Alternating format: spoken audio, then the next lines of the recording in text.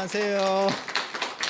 자, 오늘은 이제 수미산에 다 올라와서 해탈문, 지난 시간에 사천왕이 있는 사천왕천을 올라가고, 그 다음에 이제 수미산정, 이 수미산정, 그러니까 수미산의 꼭대기를 도리천이라고 하는 거고요. 전에 제가 그런 얘기 잠깐 해드렸지만, 도리라고 하는 거는 모든 신을 의미한다. 도리 전체라는 의미고, 그 다음에 이 수미산의 가장 큰 특징은 위에가 네모나다는 거예요. 산 꼭대기가 네모나고 평평합니다. 그리고 네 귀퉁이는 약간 솟아있고, 그림이 뭐 맞는지 모르겠는데 뭐 이렇게 그리는 거예요. 저도 뭐 안 가봐서 어떻게 생겼는지 정확하게 잘 모릅니다. 제가 나중에 죽은 뒤에 가보면 그때 다시 제대로 그릴 수 있도록. 근데 뭐 다시 그릴 시간이 있겠나 모르겠네. 이 도리천에 사는 지금 분 중에 가장 유명한 분이 부처님 어머니인 마야 부인. 여기 도리천에. 그리고 이 사천왕천의 주변에 해와 달이 이렇게 왔다 갔다 하는 겁니다. 이렇게 순환하는 거예요. 빙빙 돌면서. 그렇게 옛날에 인도 사람들은 그렇게 생각을 했어요. 자, 책으로 얘기하면 이게 몇 페이지에 해당하는 거냐면 지금 76페이지부터 책에 나오는 내용입니다. 지금 오늘 할 내용은 76페이지부터 나오는 내용이고요. 자, 자하문 얘기 지난번에 했었는데 이 밑에 이 자하문 밑에 계단이 총 33개예요. 총 33개. 뭐 계단 숫자 아는 거 가지고 뭘 그러세요? 33이라는 게 인도말 돌이에요. 이게 33이라는 말이고 이 위에 신들이 33이 살아요. 33 종류가 살아. 33 종류가. 그래서 여기에 사는 걸 전체라는 의미도 되고, 그래서 예전에 제가 그런 얘기 드렸잖아요. 도리한다. 우리가 도리한다는 표현을 쓰는 게 실제로는 전부라는 뜻. 그게 여기서 나온 거다. 그래서 여기를 도리천으로다가 지금 상정을 하기 때문에 이 계단을 33개를 만든 거예요. 이 위에 올라가면 이게 불국사가 제가 보기에는 참 잘못된 게 이 앞으로다가 이렇게 지나가게 해야 돼요, 사람들을. 이제 여기 문화재 훼손될까 봐 그러는데 이 위에다가 판자를 가지고 이렇게 계단을 따라서 꺾어버리면 되거든요. 그러면 그 판자 위로 사람이 올라갈 수 있다고. 저렇게 들어가야 부처님을 제대로 봅니다. 그래서 지금 현재 불국사에 가보면 다보탑 쪽으로 진입로가 만들어져 있는데 그건 상당히 잘못된 겁니다. 앞으로 들어가면요, 이게 그래야 이 수미산을 지금 제대로 올라가게 되는 거기도 하고, 거기서 보이는 부처님이 달라요. 시각적으로 다르게 보인다고. 옆에서 보는 거하고 틀려요. 옆에서 보이는 거하고 틀려. 자, 여기에 올라가 보면 이 누각에, 지금 여기 누각 있잖아요. 누각. 이 자하문 안쪽에 누각, 그죠? 이 누각 안에 뭐가 있냐면 지금 이런 식의 건축이 있어요. 이게 해가 뜨고 달이 지고 뜨고 지고를 나타내는 거예요. 그래서 하나는 위로 올라갔고 하나는 밑으로. 근데 옛날 사람들이 되게 재밌게 생각을 했잖아요. 왜냐하면 사실 건축 부재를 똑같은 거 쓰는 게 편합니다. 만들기도 편고. 그런데 이거를 이렇게 다르게 물론 나무가 휘어 있는 게 달랐겠죠. 달랐지만 그걸 이용해서 이렇게 만들었다는 게 굉장히 재미있지 않아요? 그래서 이게 원래 해 뜨고 달 뜨고 요 가운데 쪽에 보면 약간 또 이제 뭐 해같이 뭐 이렇게 생기는 뭐 이런 것들 좀 있긴 있어요. 근데 뭐 그렇게까지 맞추기는 좀 그렇고. 그리고 이 자하문이라는 건 뭐냐면, 그래서 그 해 뜨고 달 뜨는 건 지금 여기를 상징하는 거고, 해 달빛은 여기까지 못 올라갑니다. 그렇지 않을까? 위에가 판판하니까 이렇게 치고 못 올라올 거 아니에요. 빛이 나도. 그죠? 이렇게 나간다고 치고 위쪽은 어두울 거 아니에요. 위쪽은. 그런데 뭐 관계는 없어요. 신들은 다 자체 발광이기 때문에 뭐 빛이 따로. 왜?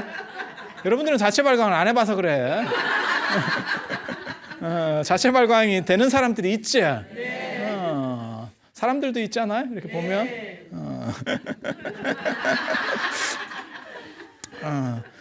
나라고 그래주길 바랬는데 별로 그런 얘기는 없는데.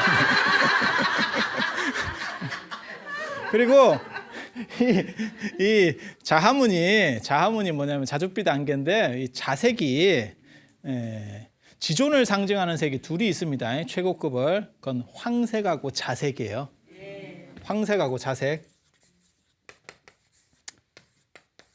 그래서 부처님은 황색, 자색, 같이 섞여 있는 겁니다. 그래서 자금광이라 그래요. 부처님을 자금. 황제도 마찬가지입니다. 자금성은 그게 금자는 그 쇠금자는 아니에요. 금할 때 금자는 아니에요. 자색은 그 자색이 맞아요. 그래서 왜 그러냐면 북극성을 자미대제라 그래요. 북극성은 별 중에 임금이래. 그래서 움직이지 않는데.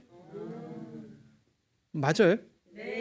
뭐 그렇겠죠. 뭐 지구랑 기울기가 같은데 끝에 북극성이 있는 거니까, 그죠? 지구에서는 그게 안 보이는 거잖아요. 움직임이 없는 거잖아요, 그죠? 그렇게 나타나는 거죠. 그래서 모든 별들은 돌지만 북극성은 돌지 않는데, 그래서 지조는 황제나 이런 지조는 가운데 딱 있는 거요. 그리고 다른 쫄들이 움직이는 거죠. 그래서 황제를 나타낼 때 자색을 씁니다. 자색을 써요. 그리고 황제를 나타낼 때 또 황색도 쓰고. 그래서 자금이라고 하는 게, 자금색이라고 하는 게 전부 황제하고 성인을 나타낼 때 쓰는 거예요. 그런데 금이라고 하는 거는, 순금은 자색은 안 납니다. 순금 이렇게 보시면 약간 누런색이죠. 누런색. 그죠? 이쁘진 않아요. 이쁜 거는 차라리 18금이 더 이쁘지 24K는 그렇게까지는 안 예뻐. 그렇지 않아요? 그런데 순금을 재련할 수 있는 기술이 옛날에 없어요. 그러니까 불순물이 섞이거든요. 조금씩. 뭐 쉽게 말해서 뭐 99.99까지 옛날에 올릴 기술이 없잖아요. 지금은 기술이 좋으니까. 그런데 그러면 불순물이 섞이는 거고, 불순물이 섞이면 금에서도 약간 다른 색이 나요. 근데 인도에서 최고로 귀한 금을 치는 게 자금이에요. 자색 성분이 보이면서 순금이라고 인정됐을 때 그걸 최고로 보는 거예요. 그래서 이 여기서 자하문이라고 하는 것도 마찬가지예요. 자줏빛 안개. 그러니까는 단순히 물 한 개만 어려 있는 것이 아니고, 거기서 부처님의 기운이 어려 있다는 거예요. 스친다는 거예요. 이게 아주 멋있다고. 멋들어진 그런 거예요. 자, 여기 보면 부리문이라고도 써 있어요. 이게 통도사인데 해탈문이 곧 부리문입니다. 해탈이라고 하는 게 여기, 그러니까 다 올라와서 여기를 얘기하는 거고요. 여기는 둘이 아닌 경계래. 깨달음의 경계래. 이 뒤부터는 깨달음이 있대. 그래서 그 깨달음을 해탈이라고도 하는 거고, 둘이 아닌 거다라고 해서 불이라고도 해요. 그러니까 같은 표현이에요. 같은 표현. 둘이 아닌 거. 둘이 아니면 뭐죠? 하나인가? 하나면 하나라고 하겠지. 그런데 그것은 진리는 둘이 아닌 거지만 하나라고 말할 수도 없는 거래. 그러니까 언어를 초월한다는 거죠. 언어를 초월한다는 거죠. 그래서 노자에도 나오잖아요. 도가도 비상도 명가면 비상명. 도를 도라고 하는 것은 참다운 도가 아니고, 그러니까 언설로서 표현될 수 있는 것은 그것은 완전한 것이 아니래. 결국 그것은 제한적인 거지. 어떻게 그걸 가지고 다 얘기할 수 있냐. 그게 중국 문화에서 언어에 대한 비신뢰라고 하는 거예요. 이런 게. 중국 언어는, 중국 문자는 한자라고 하는 게 굉장히 좀 뭐라 할까 미개한 문자예요. 5,000년 전에도 쓰였던 문자를 지금까지 쓰고 있는 거예요. 물론 약간씩은 달라졌지만 내나 거기서 이렇게 발전돼서 여기까지 지금 오는 겁니다. 그래서 문자적으로 미개하기 때문에 이게 말 뜻을 정확하게 표현을 잘 못해요.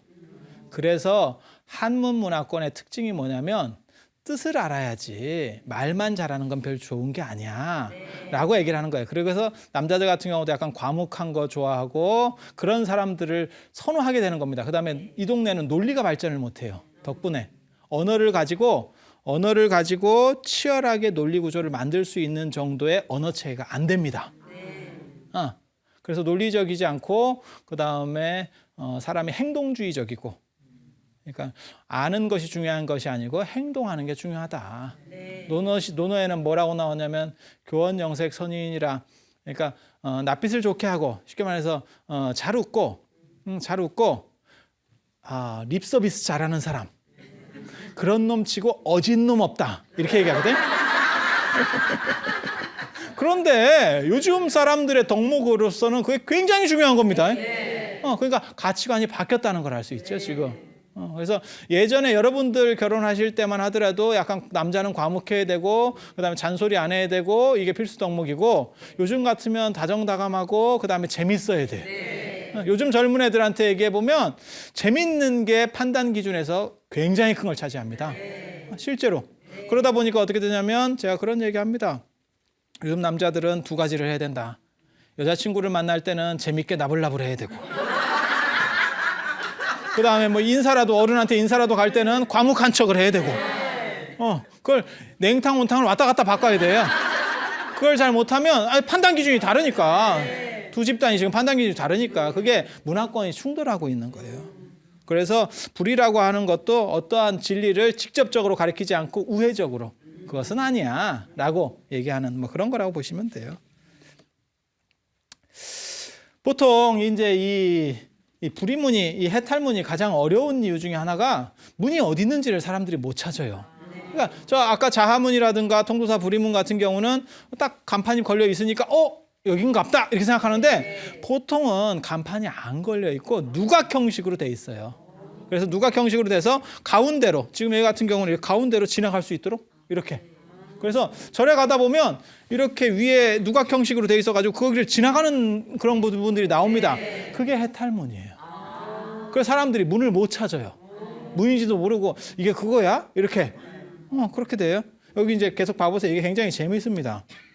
여기는 이제 여기도 가운데를 통과해서, 여기가 지금 수원 용주사니까 가운데를 통과해서 들어가게 돼 있는 거예요. 그러니까 이렇게 보면 여기서는 문 같죠. 근데 이거는 평지니까 그렇고, 이게 이렇게 산에는 대부분, 절은 산에 있으니까 이렇게 되면요, 이렇게 세워버리면 이게 문인지도 모르고 그냥 계단으로 이렇게 올라가요.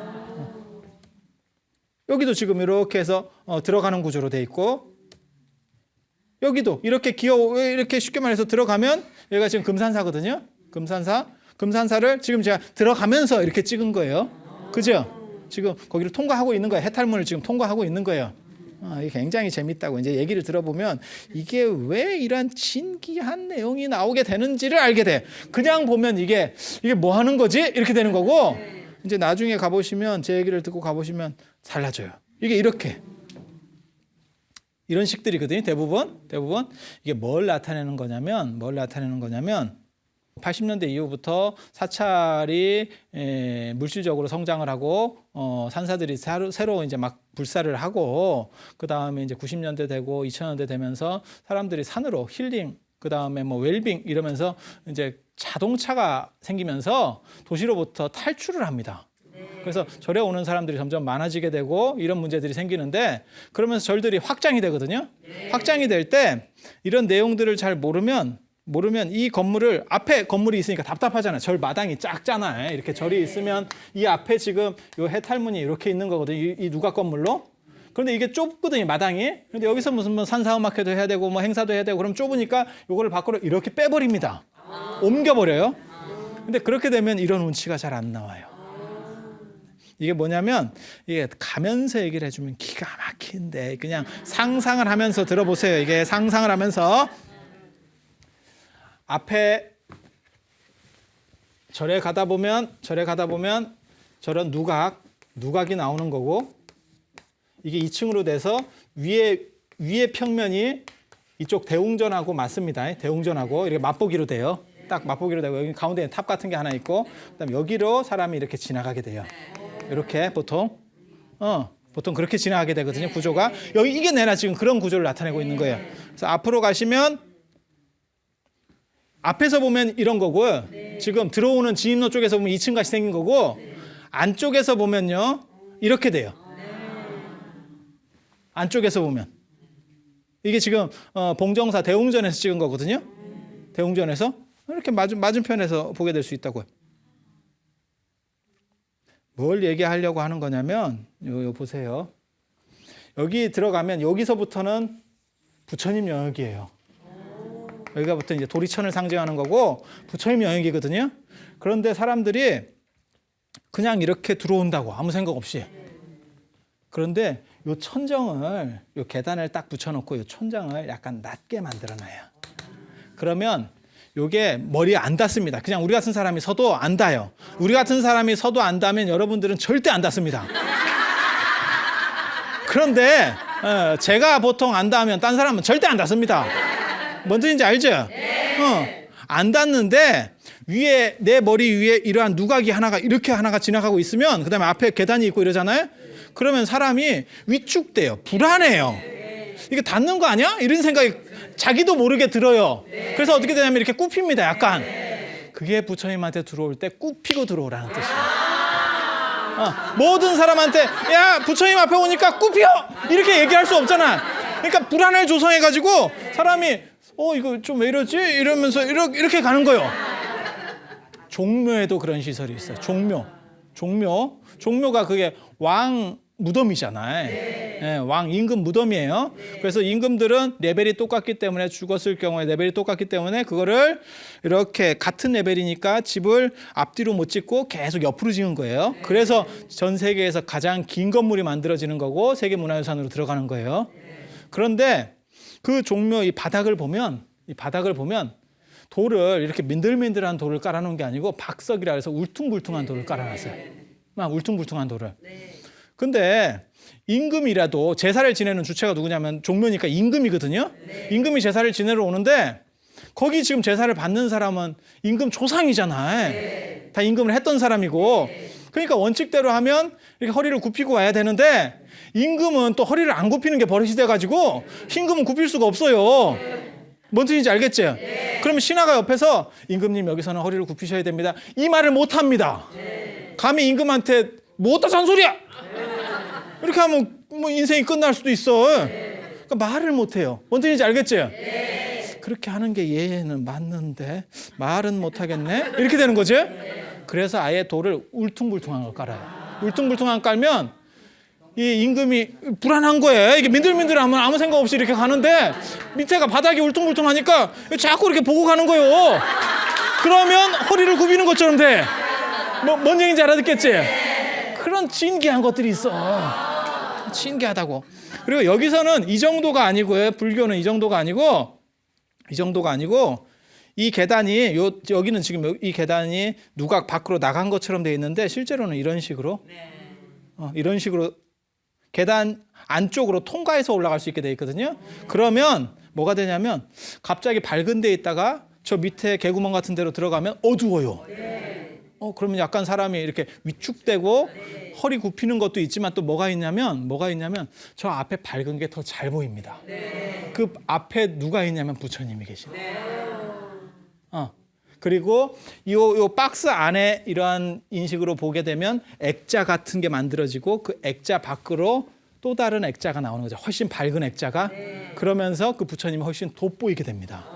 그러면 훨씬 존경스러운 듯한 아니면 부처님에 대한 이 외경심이 훨씬 더 커지는 거예요. 그러니까 허리도 굽히고 한번 피면 저쪽에 밝게 여기는 내가 지금 어둡고 위축돼 있고 훨씬 밝으면서 액자 박스 바깥으로 해서 딱 나오는 거예요.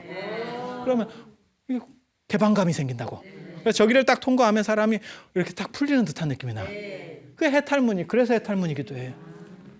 이게 신기하다고. 그런데 이런 것들을 생각을 안 하고 이걸 밖으로 그냥 밀어내버리면 이 느낌이 다 사라져요. 옛날에는 그런 생각들을 해서 건축을 만든다니까요. 옛날 사람들이 생각보다 괜찮아요. 여러 가지가 재주가 있어. 재주가 있어. 이렇게 머리를 들고 거기서 이제 어두운 데서 이렇게 보면서 부처님을 보면서 이렇게 가면 탑이 가운데 있는 경우가 있고 양쪽에 있는 경우가 있거든요. 양쪽에 있는 경우는 가운데서 부처님 문을 딱 열어놓잖아요. 그럼 부처님이 막바로 보여요. 그러면서 그 부처님이 이렇게 다가오는 듯한 느낌이 납니다. 이게 약간 착시 현상인데 그렇게 해서 부처님이 보듬어 주는 것 같은 그런 현상이 나와요. 이게 아주 신기한 건축이라고요. 그래서 불교 건축에서는 이 부분이 사실 제일 재밌는 거예요. 이 산문 중에서 이게 볼 줄만 알면 그게 제일 재밌어요. 그리고 우리 같은 사람은 이제 이 절이 옛날에는 얼마나 컸는가를 알려면 이 계단 같은 거는 잘 안 바꾸거든요. 이 건물만 뒤로 미루지. 그러면 이 마당 크기만 자세히 이렇게 보면 예전에 절이 얼마나 컸겠다라는 걸 알 수 있어요. 어느 정도 크기였구나 이렇게. 그래서 이렇게 들어가 보면 이게 이제 만세루 쪽에서 대웅전이 보이는 거죠. 저 창문 바깥쪽으로 해서 대웅보전이 이렇게 보이잖아요. 이게 맞은편으로 이렇게 있다고 그랬잖아요. 예전에는 이 법당에 신도들이 잘 못 들어왔습니다. 못 들어왔습니다. 그리고 불교가 한참 성했을 때는 여기는 스님들도 법당에 함부로 못 들어가요. 부처님 집이에요. 부처님 집. 그래서 여기를 금당이라 그랬다고. 금빛 나는 사람의 집. 금당이라 그랬다고. 금빛 나는 사람의 집이에요. 부처님이 금색이잖아. 부처님 하면 무조건 금색이요. 이거 딱 떠올려야 돼. 금색. 그래서 부처님 집이니까 함부로 들어갈 수가 없죠. 아니, 생각을 해봐. 예전에 임금이 정사를 보는데, 근정전, 뭐 인정전 같은 데서 정사를 보는데, 그 뭐 내가 신하라고 해서 함부로 들어갈 수 있어요? 못 들어가. 누구까지 들어가냐면 정삼품까지 들어가요. 최하가 정삼품까지 들어가는 거예요. 그래서 정삼품을 뭐라 그러면 당상관이라고 그러는 거예요. 그 당에 올라갈 수 있는 사람. 그 다음에 그 밑에를 당하관이라고 그러는 거예요. 거기 임금 대전에 못 들어가. 그러니까 우리가 텔레비 볼 때 사극 같은 거 볼 때 거기 있는 사람들은 다 삼품 이상인 거예요. 삼품이 요즘으로 말하면 고위공직자에 해당되는 사람들이지. 이렇게. 뭔 뜻인지 아시겠죠? 그래서 스님이라고 해서 여기 다 들어가는 게 아닙니다. 그래서 스님들도 예불 할 때는 옆에 다른 법당들이 있어요. 또 다른 거기 가서 하고 여기는 큰 스님들만 들어가는 거예요. 그러면 일반 백성들은 도대체 어디 있을까? 임금 얘기를 생각해봐. 백성들은 아예 못 들어가는 거잖아요. 아예 경복궁 자체를 못 들어가요. 거기는 일반 백성은 뭐 지금같이 뭐 표 끊어서 들어가는 시절이 아니잖아요. 그죠? 그래서 신도들은 여기서 예불을 해요.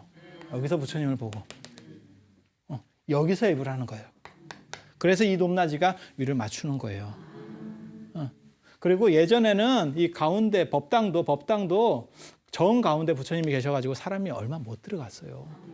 법당이 커도 정 가운데다 부처님을 모셔버리잖아요. 그러면 면적이 얼마 안 됩니다. 그러면 사람을 많이 수용할 수가 없어요. 고려시대 때 처음으로 여성이 법당 안으로 들어가는 사건이 벌어져요. 처음으로 고려 말에 그걸 했었던 사람이, 그걸 주청해서 성공시킨 사람이 누구냐면 흔히 많이 나오는 그 신돈이에요. 이미지 굉장히 안 좋은 신돈. 근데 그 사람은 왜곡된 사람입니다. 그 사람이 개혁 정치를 했다가 나라가 망하는 덕분에 완전 요승, 나쁜 놈 이렇게 몰리는 거예요. 뭐 생각하시면 되냐면 어떤 캐릭터랑 비슷하다고 생각하시면 되냐면 조광조 같은 캐릭터라고 보시면 돼요. 조광조는 자기는 개혁에 실패하고 결국 사약을 먹고 죽어요. 위초지왕 사건으로 해서 사약을 먹고 죽는데, 그렇지만 결국 자기 당이 잡는다고, 집권한다고. 그러니까 조광조는 다 신원이 되는 거예요. 자기는 역적에서 영웅으로 바뀌어버리는 거예요. 죽은 뒤에. 뭔 뜻인지 알겠지? 그런데 신도는 개혁을 했는데, 조광조 같은 그런 상황을 만들어냈는데도 불구하고 조선이 들어서고 고려가 망해버렸잖아요. 그러니까 다시 불교 쪽에서 그 사람을 재평가해 줄 일이 없어져 버린 거죠. 그러니까 그 사람은 계속 역적 남는 거예요.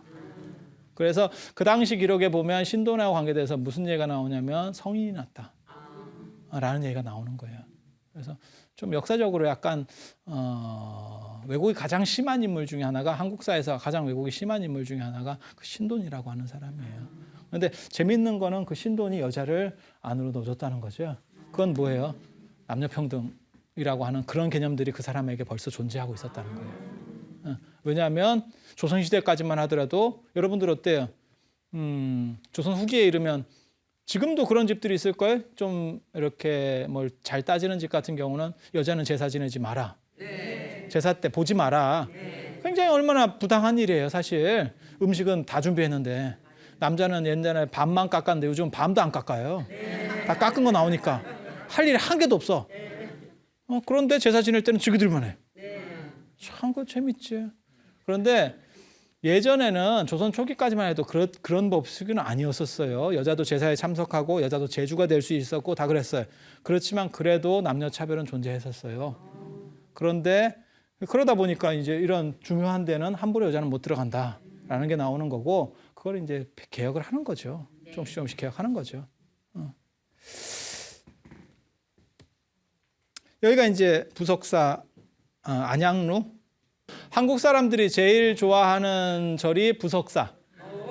일본 사람들이 제일 좋아하는 절은 저쪽 순천에 가면 조계산 송광사가 있고, 송광사 맞은편에 서남사가 있어요.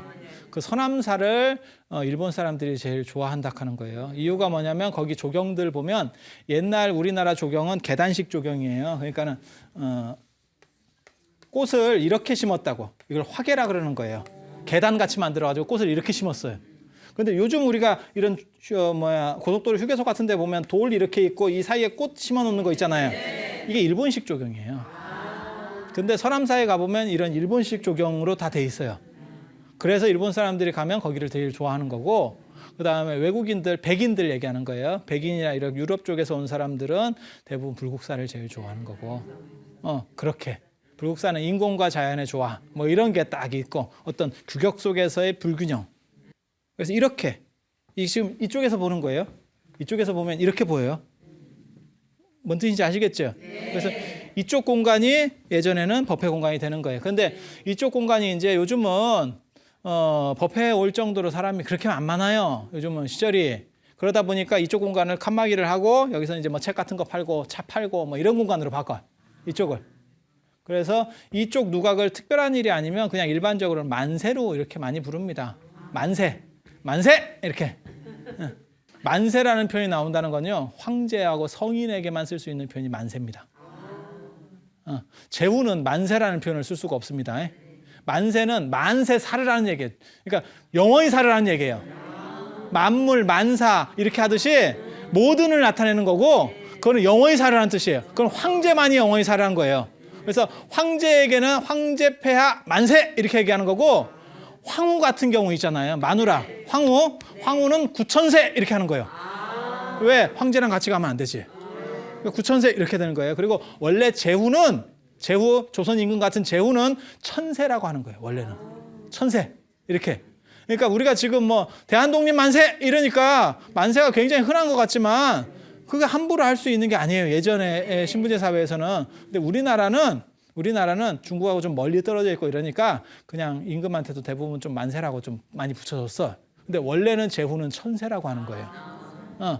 그게 다 레벨이 있다니까. 네. 그런데 우리나라에서 애국가 같은 경우 뭐 이런 데서 만세라고 나오는 얘기들이 뭐냐면, 우리도 예전에 고종 시절에 황제를 칭하고 독립국을 선포하고 황제국을 선포했잖아요. 네. 그 뒤부터 나오는 게 만세라는 표현이고, 그래서 대한독립 만세도 할 수 있는, 그래서 3.1 만세운동도 그래서 가능한 거예요.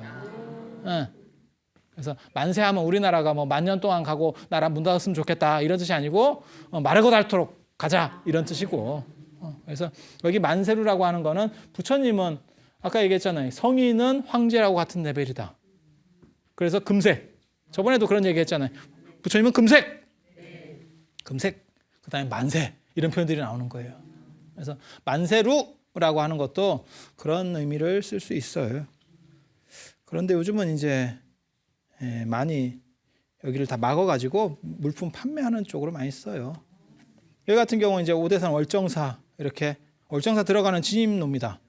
진입로. 여기 때나 이렇게 가운데가 뚫려 있고 이렇게 밑으로 지나가는 걸로 돼 있어요. 제가 월정사에 가서 깜짝 놀란 게, 여기도 지금 앞에를 막아놨잖아요. 지금 이게 이 건물이거든요. 이 건물 이쪽에서 본 거거든요. 근데 막아놓고 지금 여기가 책 같은 거, 기념품 같은 거 파는 용도로 쓰고 있어요. 이렇게. 뭐 일반적으로 그렇게 많이 합니다. 용도가 별로 없으니까. 근데 이렇게 보면 여기에 뭐라고 써 있냐면 용금루 이렇게 써 있어요. 소슬용자에다가 금이 솟아오른다는 뜻이거든요. 금이 솟아오르는 누각. 돈 벌라고. 이게 무슨 뭐 환장을 했나? 금이 솟아오른대. 장사 잘 되라는 얘기잖아요, 그게. 근데 아무리 그래도 저런 표현을 쓰진 않았을 거야. 아무리 그래도 함부로 저런 표현을 뭐 대놓고 저렇게 쓰진 않았을 거야. 저게 뭔가 사연이 있을 거야. 이렇게 찾아봤어요. 그랬더니 용금루라는 표현이 옛날에도 나오더라고요. 그러니까 원래부터 여기 이름이 용금루예요. 월정사는 6.25 때 아군들이 전부 소각을 했거든요. 그래서 나는 새로 지으면서 여기를 용금루라고 이렇게 요즘은 장사하니까 이렇게 지었는가 보다. 누가 재미삼아 지었는가 보다 그랬는데 찾아보니까 원래부터 용금루야. 그러면 전에는 여기 매장이 없었다는 얘기잖아요. 아까 같이 뚫려 있었다는 얘기잖아요. 그러면 용금루면 이게 재밌거든요. 뭐 때문에 용금루일까? 이제 이렇게 생각이 되는 거지. 분명히 여기서 금이 나오는가 보다. 야, 이거 금 나온다. 금 찾으러 가자. 이제 이렇게 되는 거예요. 이제 또 찾아봐야지. 그래서 그 금을 내가 찾았어요. 금 찾았다니까. 여기 들어가면 이렇게 보여요. 이렇게. 이것도 약간 뒤로 밀어서 그러는데 원래는 더 앞으로 가면 이렇게 들어가면서 머리를 들면 이런 식으로 보여요. 저 앞에 탑이 보이죠? 가운데. 저기가 지금은 이 탑이 다 사가지고 동으로 된 데가 원래 다 사가지고 까맣게 돼 있는데 원래 옛날엔 거기가 다 개금이 돼 있었어요. 개금이 돼 있었다고. 그러면 저기서 보면요. 여기 꼭대기 쪽에 동으로 장식된 데 여기 방울들 이런 것들이 전부 금빛으로 나는 거예요. 흰색과 금빛의 조화가 자기가 어두운 데서 딱 보면 그 금빛이 더 햇빛을 받아가지고 쫙 튀는 거거든요. 그게 용금루요. 그러니까 내가 거기를 통과하면서 금이 진짜 보이는 거지. 그러면 그게 얼마나 신령하게 다가오는데 그런 뜻을 가지고 있는 거예요. 그런 뜻을. 이게 지금 금빛이 안 나서 그러는데 금빛이 난다고 생각을 하고 보셔야 돼요. 그리고 나는 어두운 데에 있다고 생각을 해야 되는 거고. 그러면 이게 예전에 이게 제가 꼭대기 가서 찍은 건데 금색이 남아 있어요. 그래서 문화재도 이런 거를 빨리빨리 개금을 다 해놔야 되는데 우리나라는 무조건 보존 위주예요. 근데 보존 위주가 되면 안 돼요. 예전에 봤었던 미감이라는 것이 무엇일까라는 게 돼야 되는 거지. 그냥 뭐 벗겨져 있으니까 그냥 벗겨진 대로 그대로 이렇게 돼 갖고는 아무 의미가 없죠. 근데 저게 까만색으로 나타날 때하고 금색으로 나타날 때는 느낌이 확 틀려요. 탑이. 포인트가 들어가잖아. 가방 같은 데도 이렇게 금색 장신구가 몇 개 있는 거하고 그게 검은색이라고 생각을 해보세요. 느낌이 확 달라진다니까.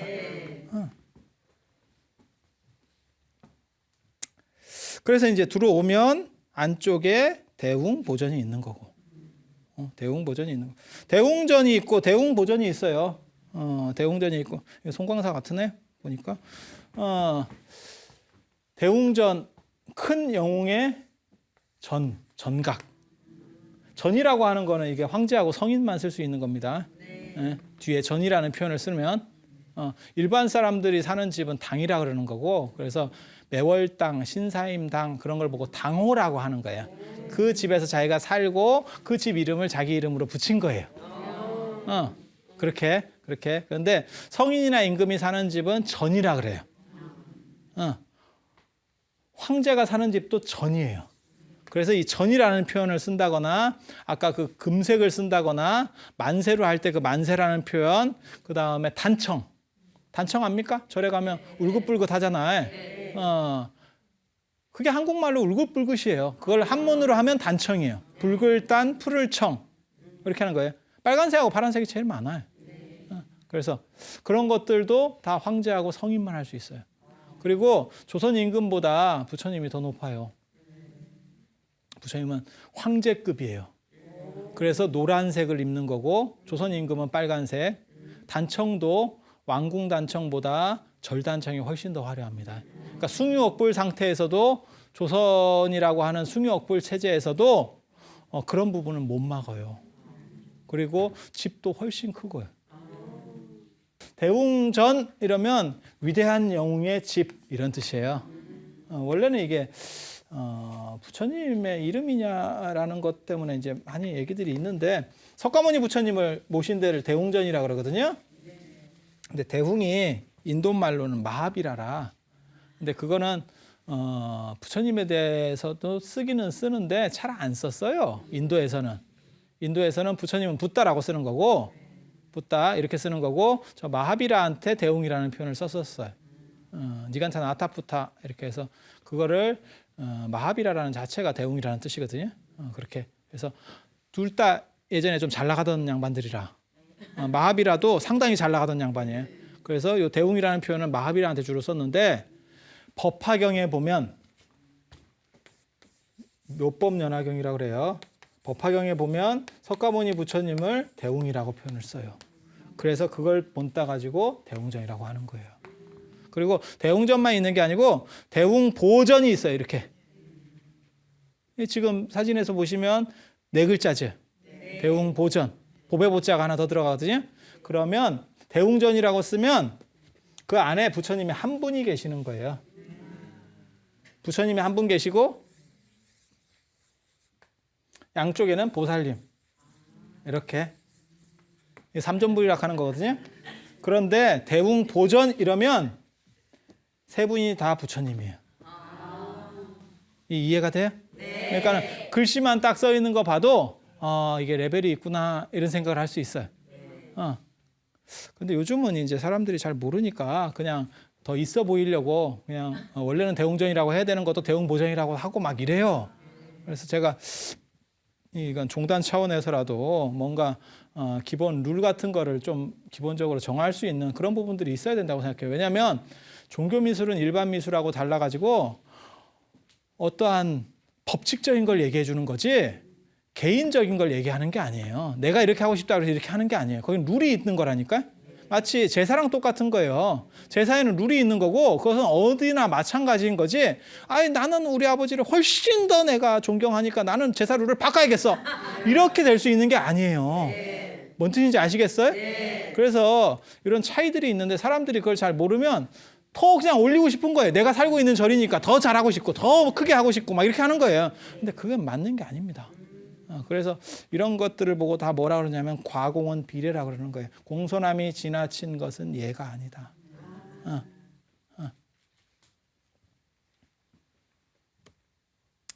이런 식으로 원래 이게 지금 자금성이거든요. 중국의 자금성 이렇게 한 줄로다가 하는 겁니다. 원래 한 줄로다가 쭉 이렇게 원래 절도 이렇게 가는 거예요.